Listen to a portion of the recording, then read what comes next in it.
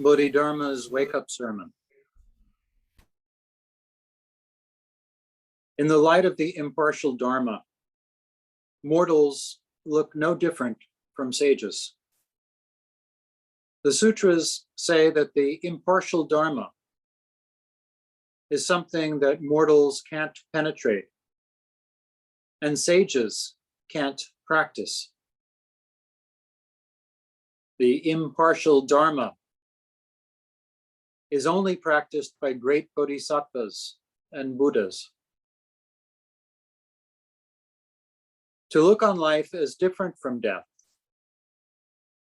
or on motion as different from stillness, is to be partial. To be impartial means to look on suffering as no different from nirvana, because the nature of both is emptiness. By imagining that they're putting an end to suffering and entering nirvana, arhats end up trapped by nirvana. But bodhisattvas know that suffering is essentially empty. And by remaining in emptiness, they remain in nirvana. Nirvana means no birth and no death. It's beyond birth and death, and beyond nirvana. When the mind stops moving, it enters nirvana. Nirvana is an empty mind. Where delusions don't exist, bodhisattvas enter the place of enlightenment. An uninhabited place is one without greed, anger, or delusion. Greed is the realm of desire. Anger, the realm of form. And delusion, the formless realm. When a thought begins, you enter the three realms. When a thought ends, you leave the three realms. The beginning or end of the three realms, the existence or non-existence of anything, depends on the mind.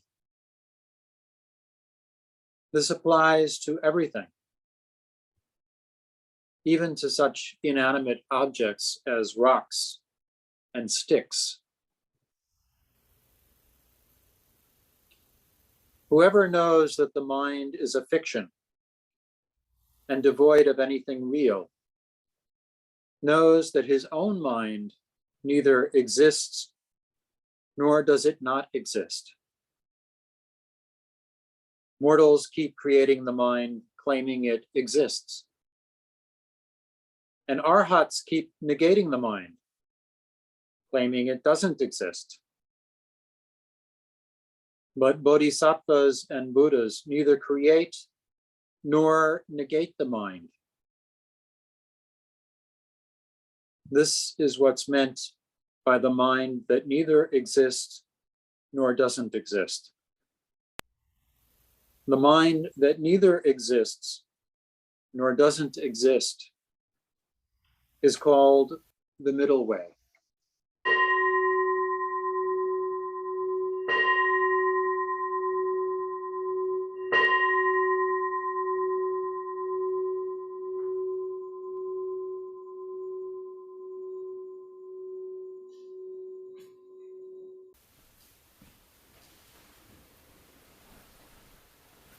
So for some of us,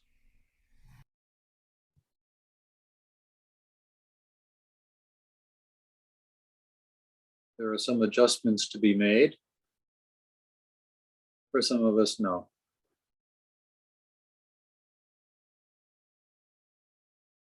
But I'll wait for all of the adjustments to be made to begin speaking.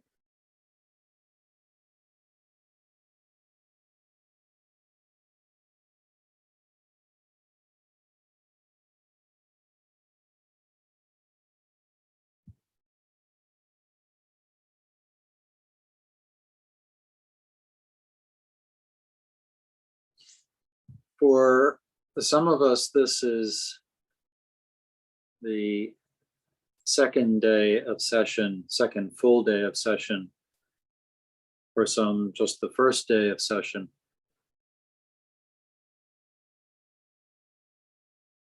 It's a beautiful day here in Rhode Island. Much sunnier than had been predicted, much more temperate than had been predicted. A lovely, lovely day.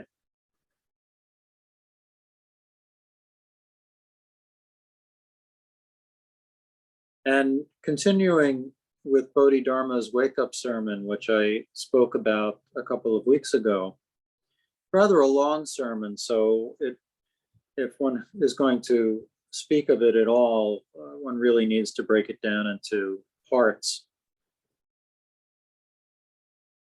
There are themes which are repeated over and over again in the sermon, but it's just too long to digest in one sitting.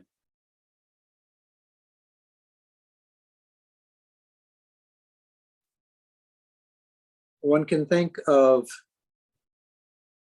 religions and practices as expositions of the seminal texts on which they may be based. In this way, one can think of Christianity as largely an exposition of the four Gospels. One can think of the Quran and Islam being an exposition of their major text, the Quran. Similarly, in Judaism, the Torah gives birth to the Talmud, gives birth to practices throughout the centuries. In Zen Buddhism, one can think of two different strains. One is Buddhism, which is really an exposition of Shakyamuni Buddha's Four Noble Truths and Eightfold Path. But Zen transcends Buddhism, transcends all isms. Yes, Zen is a branch of Buddhism, but at its root is something which goes beyond and cannot be comprehended in words, cannot be simplified, cannot be held. And the text, which is the seminal text for Zen, is what we were chanting this morning, the Diamond Sutra.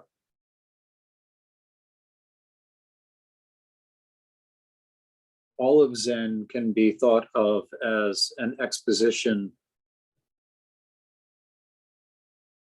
commentary, and practical demonstration of the Diamond Sutra. The Diamond Sutra can be shortened and condensed into the Heart Sutra.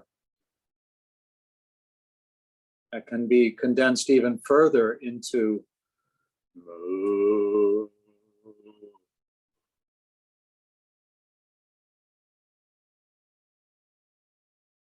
and Bodhidharma, when you approach his sermons, his texts, it's always good to keep the Diamond Sutra in mind.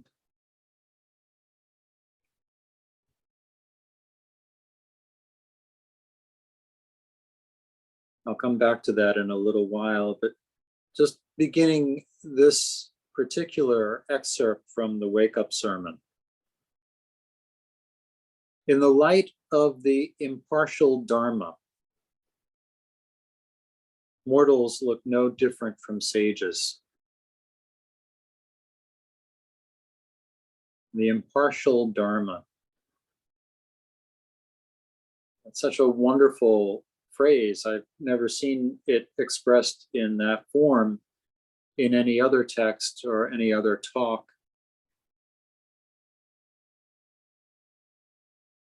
And one might wonder what he means by the impartial Dharma.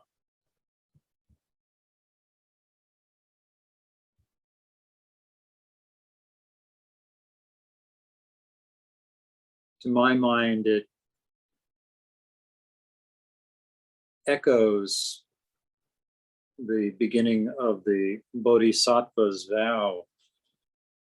When I, a student of Dharma, look at the real form of the universe, all is the never-failing manifestation of the mysterious truth of Tathagata.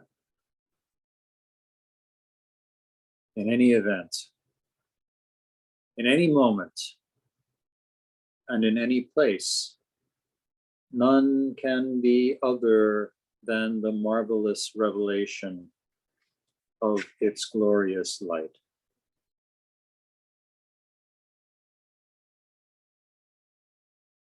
That is true impartiality.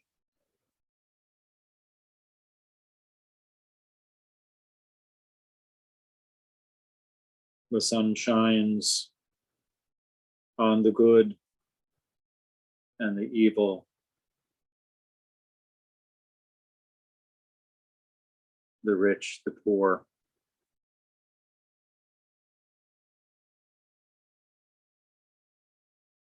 The Dharma shines its light on all of us without partiality.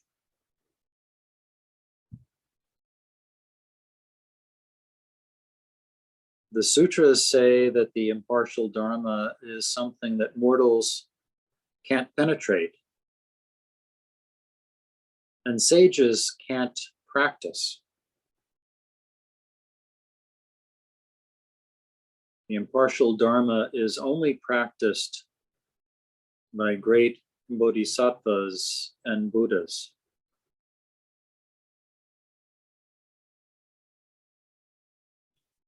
The Diamond Sutra talks about charity.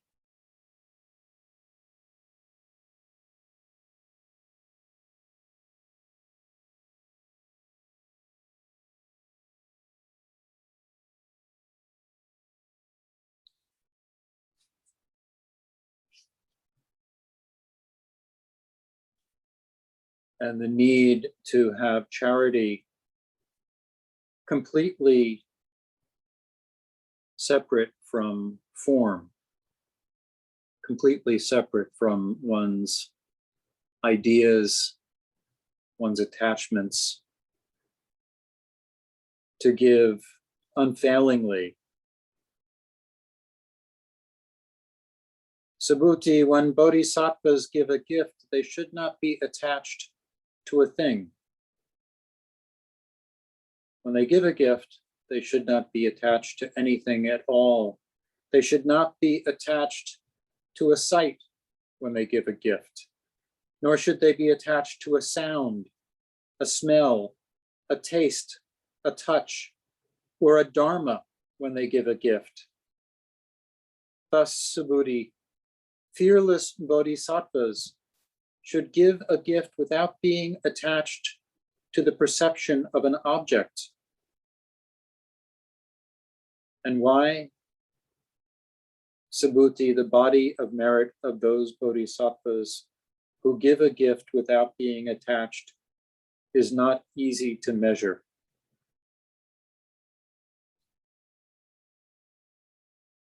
The body of those bodhisattvas who give a gift without being attached is not easy to measure. Thus, Subhuti, those who set forth on the bodhisattva path should give a gift without being attached to the perception of an object.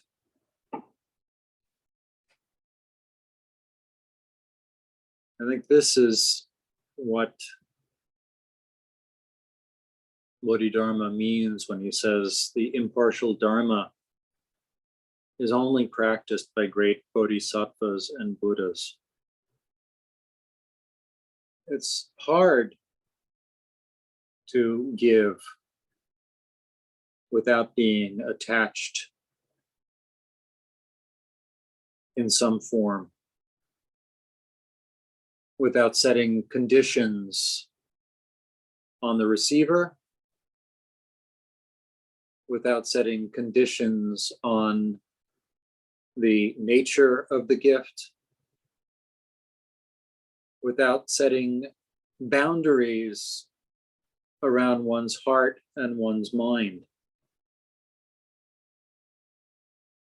But this is the impartial Dharma, as practiced by great bodhisattvas and Buddhas.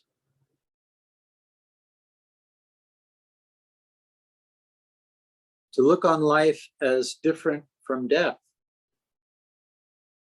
or on motion as different from stillness, is to be partial.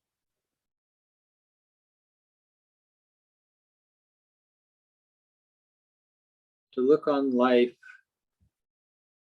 and death as separate and distinct, that's partial.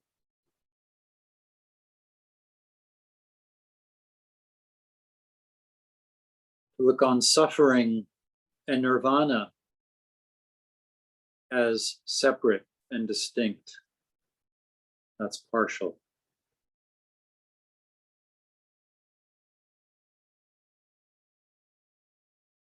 Of course, this is the nature of our everyday existence. This is how we perceive the world, how we generally conduct ourselves in the world.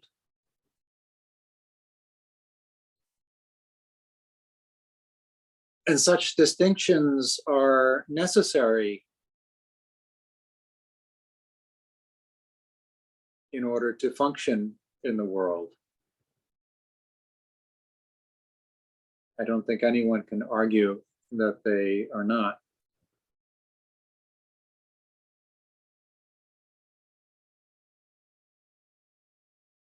And because such distinctions are necessary to function in the world and necessary even to evolve one's character, one's ethical being, we have the marvelous teachings of the Buddha on the Four Noble Truths and the Eightfold Path, the wonderful teachings of the precepts and the paramitas, which help us along the way to know which way to turn, how best to conduct ourselves, how to function in society, in community, in family. And these things are wonderful and to be cherished. This is the Buddhism part of Zen Buddhism. But the Zen part of Zen Buddhism is rooted in the impartial Dharma.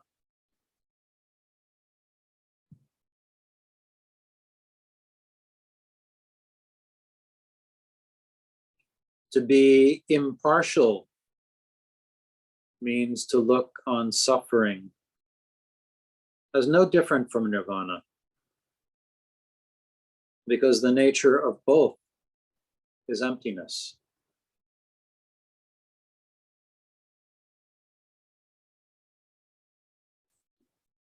To go back to the Diamond Sutra,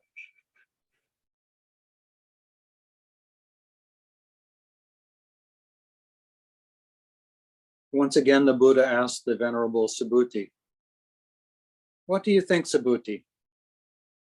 Did the Tathagata realize any such Dharma as unexcelled, perfect enlightenment? And does the Tathagata teach any such Dharma?" The Venerable Subhuti answered, "Bhagavan, as I understand the meaning of what the Buddha says, the Tathagata did not realize any such Dharma as unexcelled, perfect enlightenment, nor does the Tathagata teach such a Dharma. And why? Because this Dharma realized and taught by the Tathagata is incomprehensible and inexpressible, and neither a Dharma nor no Dharma. And why? Because sages arise from what is uncreated.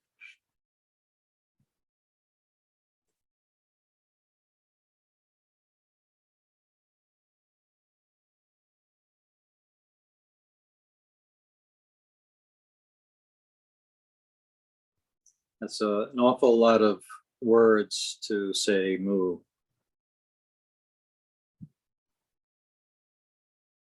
But it expresses very much what Bodhidharma is expressing in his wake-up sermon.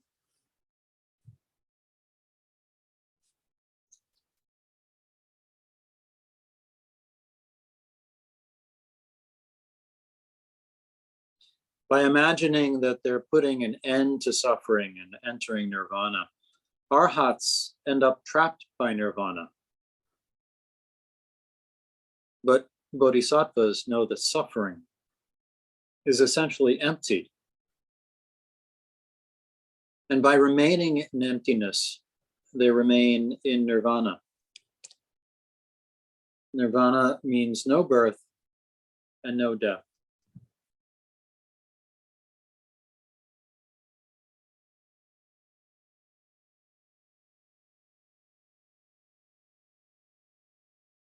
I think the last time that I spoke about Bodhidharma's wake-up sermon, I was marveling at just how weird Bodhidharma seems in all of the legends and myths surrounding him, and in his many pronouncements. And I hope that nobody thought that I was using weird in a pejorative sense. I don't mean it to be any kind of negative. But there is something deeply strange about teachings which cannot be grasped through thought. And this sermon, just as the Diamond Sutra, and just as the Heart Sutra, and just as Mu, they're not something that you can think about. You can't reason your way through this.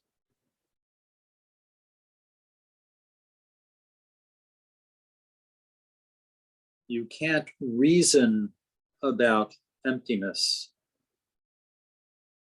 You can't think about remaining in emptiness and therefore remaining in nirvana, or suffering and nirvana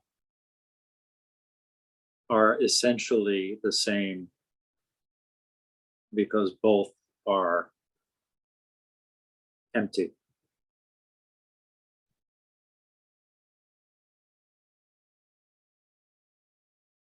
These are things which can be experienced.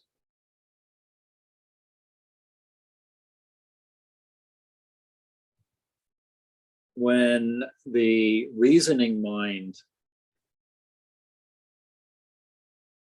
is set aside, when any hope of understanding is set aside,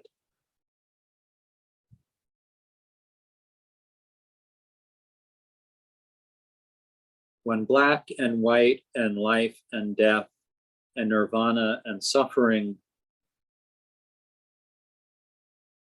are encountered without the filters of the dualistic mind,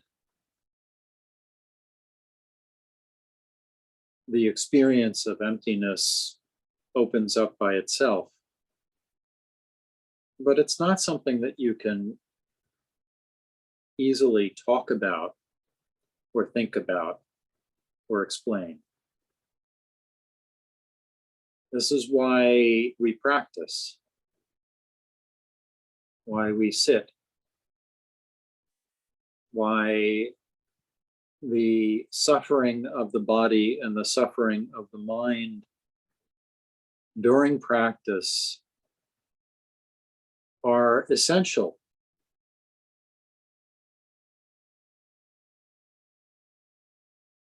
You cannot go beyond them without going through them.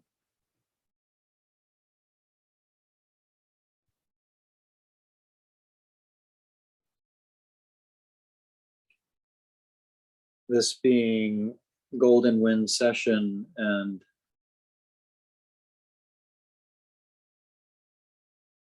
a commemoration of sorts of one of the great Zen masters, Uman, I thought I might use one of the koans, the many koans that Uman is featured in.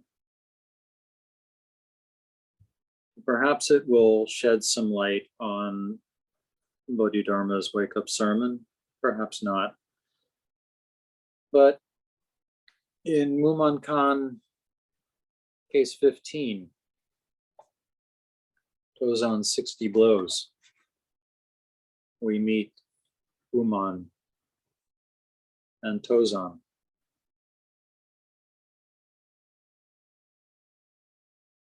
Tozan came to study with Uman. Uman asked, "Where are you from?"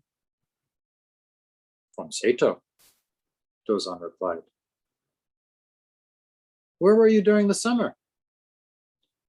"Well, I was at the monastery of Hozu, south of the lake." "When did you leave there?" Uman asked. "On August 25, was Tozan's reply. Uman said, "I spare you 60 blows." The next day, Tozan came to Uman and said, "Yesterday, you said you spared me 60 blows. I beg to ask you, where was I at fault?" "Oh, you rice bag," shouted Uman. "What makes you wander about? Now west of the river, now south of the lake."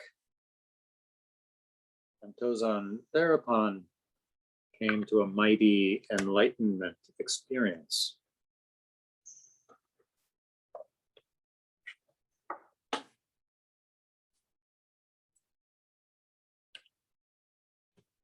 You rice bag. What makes you wander about? Wandering about in the realm of life and death, suffering and nirvana.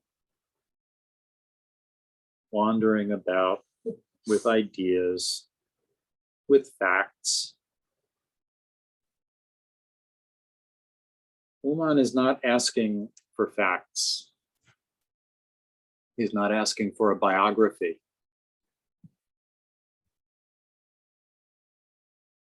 Uman is pointing directly at Tozan's heart,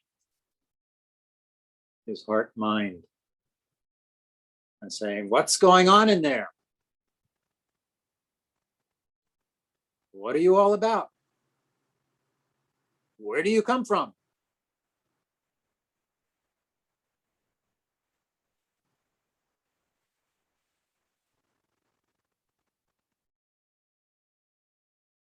The Heart Sutra says sages come from the uncreated, the unborn. Tozan says he comes from Seto.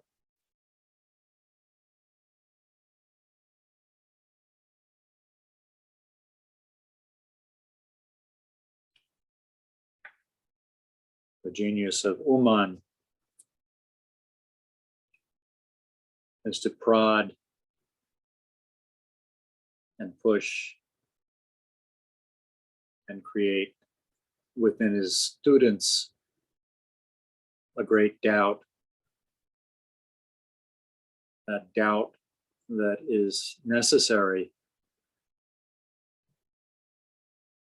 to uncover great faith, great understanding, great heart. Without that suffering, the heart is weak.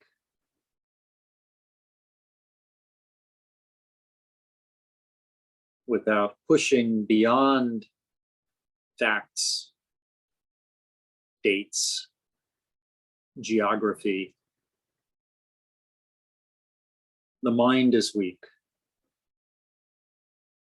The mind settles. The mind moves.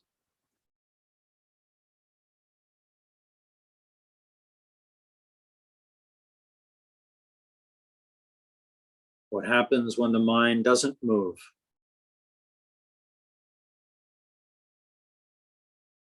Bodhisattvas know that suffering is essentially empty.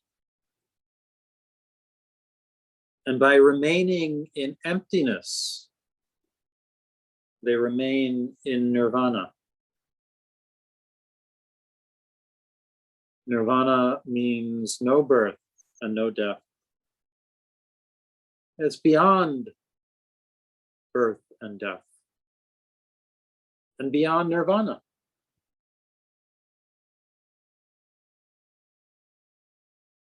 Nirvana is beyond nirvana,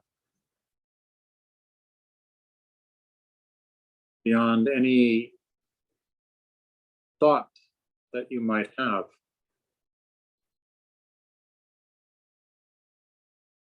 Beyond the digital world of 1 and 0, black and white,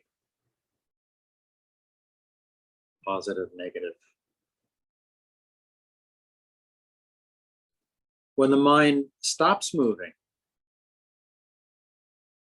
it enters nirvana.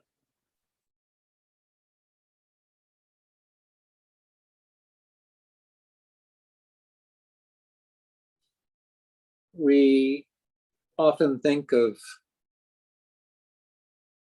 enlightenment or nirvana as a final destination, something that we may experience after long, long years of practice, something that will overturn our world, turn it upside down, and afterwards there's no more suffering.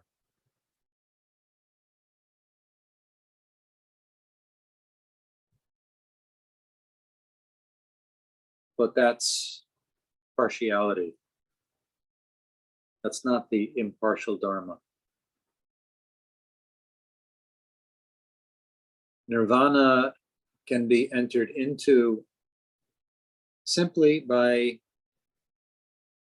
being here.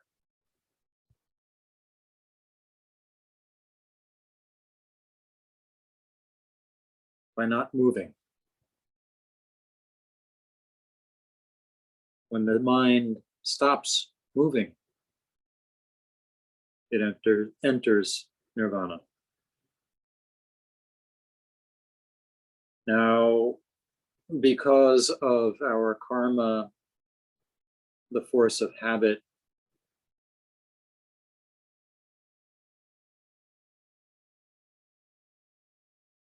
our attachments, we may quickly tumble back out again, tumbling back into the world of partiality, of suffering is suffering and nirvana is nirvana. And why does my leg hurt?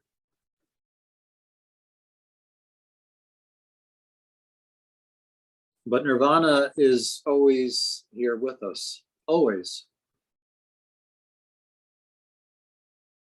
It's not a final destination. It is what is here now if we simply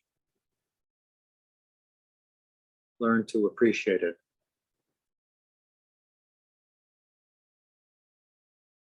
Learn not by memorizing facts and figures, words, sutras, but simply stop the mind. Simply be quiet.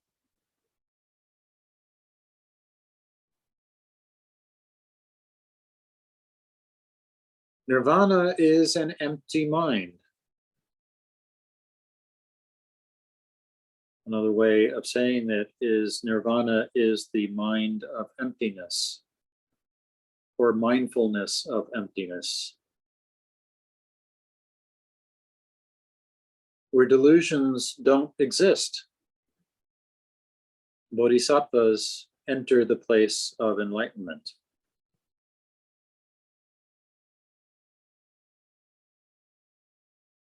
Where delusions don't exist, bodhisattvas enter the place of enlightenment. It's not that they open a door and, hey, it's enlightenment world.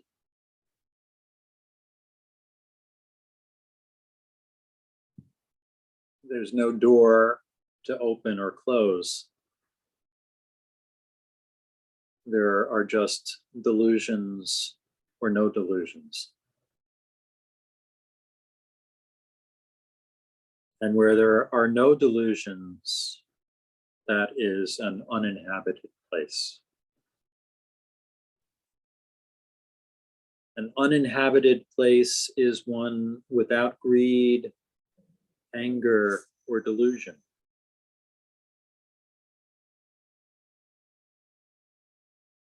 Greed is the realm of desire.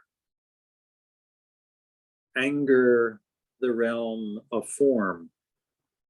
And delusion, the formless realm.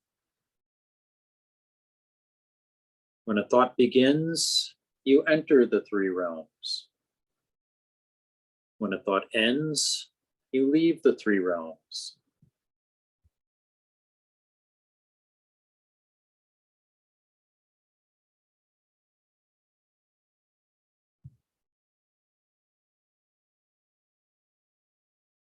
When a thought begins, you enter the three realms.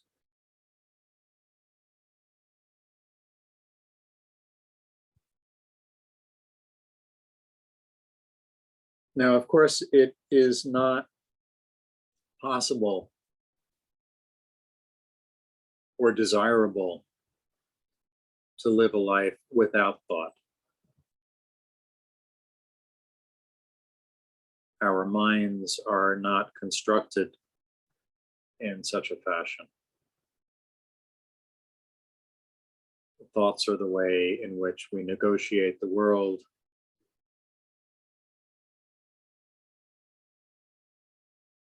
And thoughts in and of themselves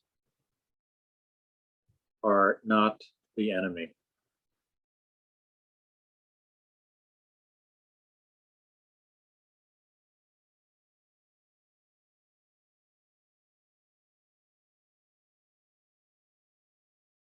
That being said, Bodhidharma is pointing out that thought comes at a cost.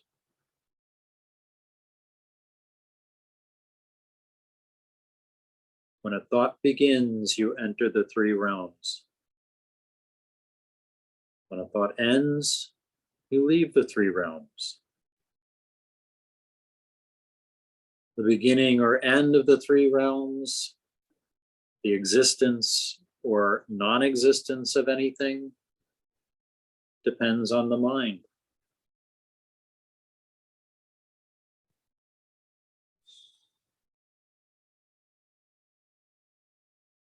This is a hard teaching to wrap your head around.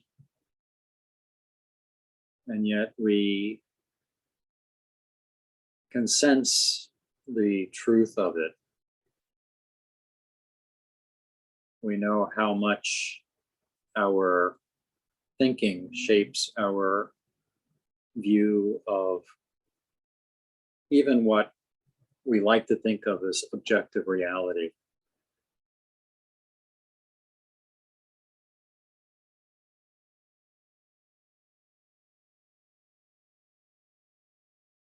We create the world through our thoughts. We shade our perceptions by our thoughts.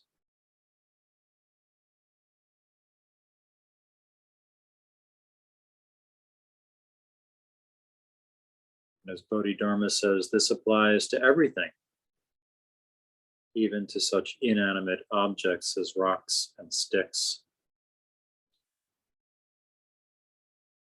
And it may be a good moment to point out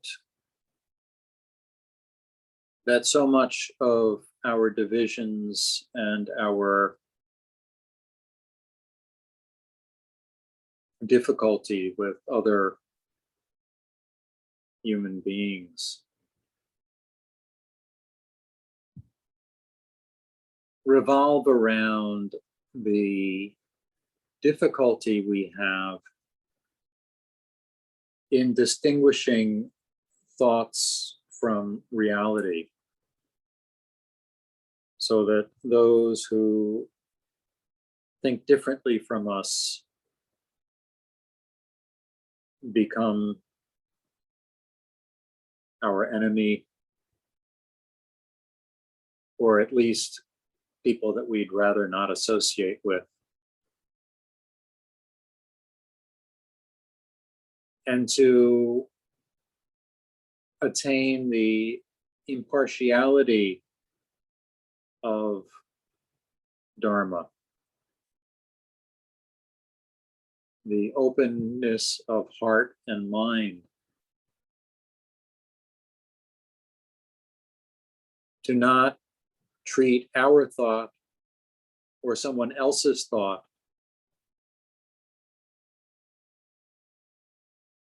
as having objective reality, objective weight, objective value.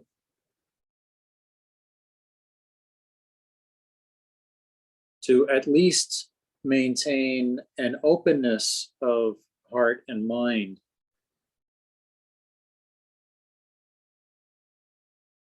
is truly part of the Bodhisattva project.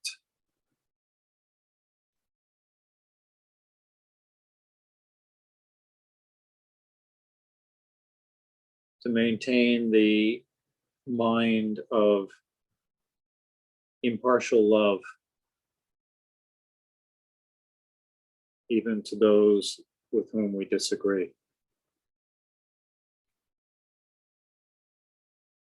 is difficult. But this is the greatest act of charity. Charity which is not attached to form.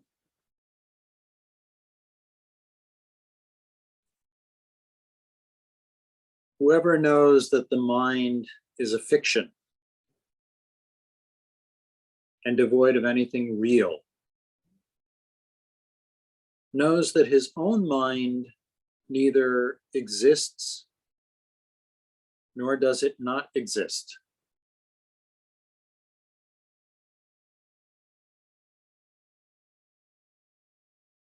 This is the greatest openness of heart and mind.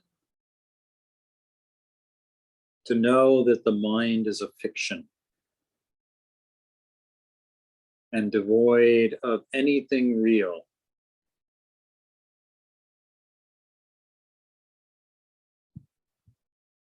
Is to know the impartial Dharma.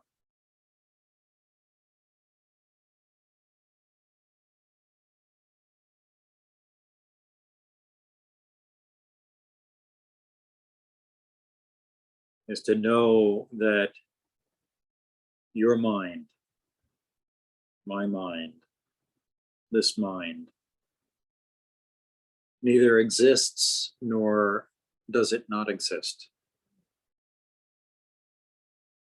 Mortals keep creating the mind. Mortals is a phrase which Bodhidharma uses, and I'm not sure what the word in classical Chinese is.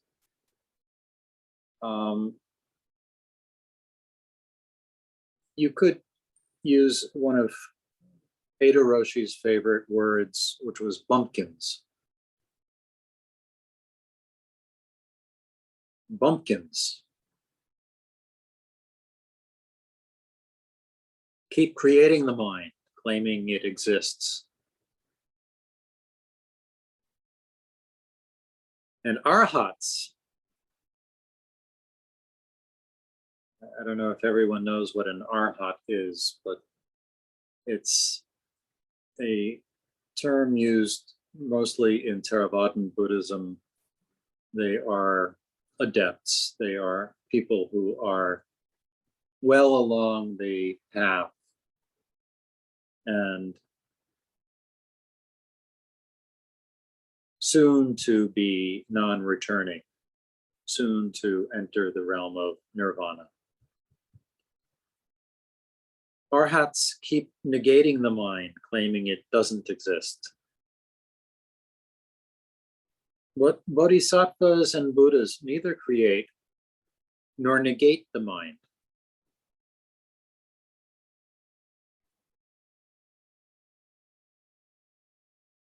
One doesn't waste time either believing in falsehoods or arguing that they're false. One doesn't hold on to one's delusions either by defending them or trying to strike them down. One just cuts through, jettisons, just leaves it alone, leaves it behind. Bodhisattvas and Buddhas neither create nor negate the mind. This is what's meant by the mind that neither exists nor doesn't exist. And again, I come back to the Diamond Sutra. Speaking of which, the translation of the Diamond Sutra that I've been reading from is not the translation that we read in the Zendo. I actually don't have that translation, but it's a translation by the scholar and Zen practitioner Red Pine, who has done such wonderful translations of Bodhidharma, including the wake-up sermon that I'm reading right now. He's also translated the Platform Sutra of Hui Neng. And he translated the Diamond Sutra with a rather lengthy commentary on the Diamond Sutra. Very, very nice translation.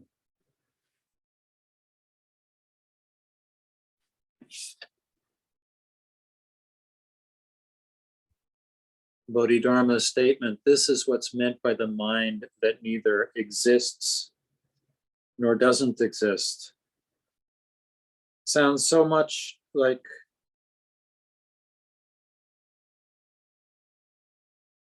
the passage from the Heart Sutra, the Diamond Sutra that I just read, concerning enlightenment.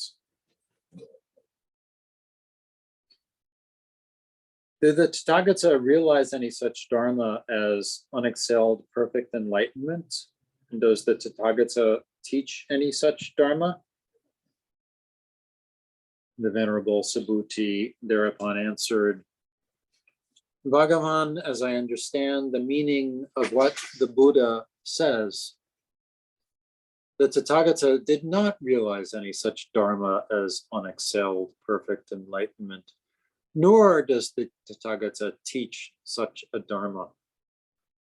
And why? Because this Dharma realized and taught by the Tathagata is incomprehensible and inexpressible, and neither a Dharma nor no Dharma. And why? Because sages arise from what is uncreated.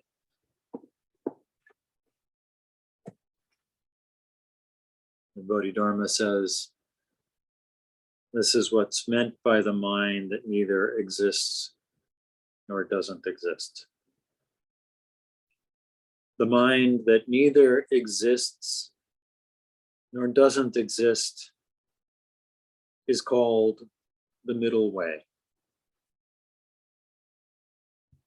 The middle way is the path that runs through suffering and nirvana, looking neither left nor right, simply going straight ahead.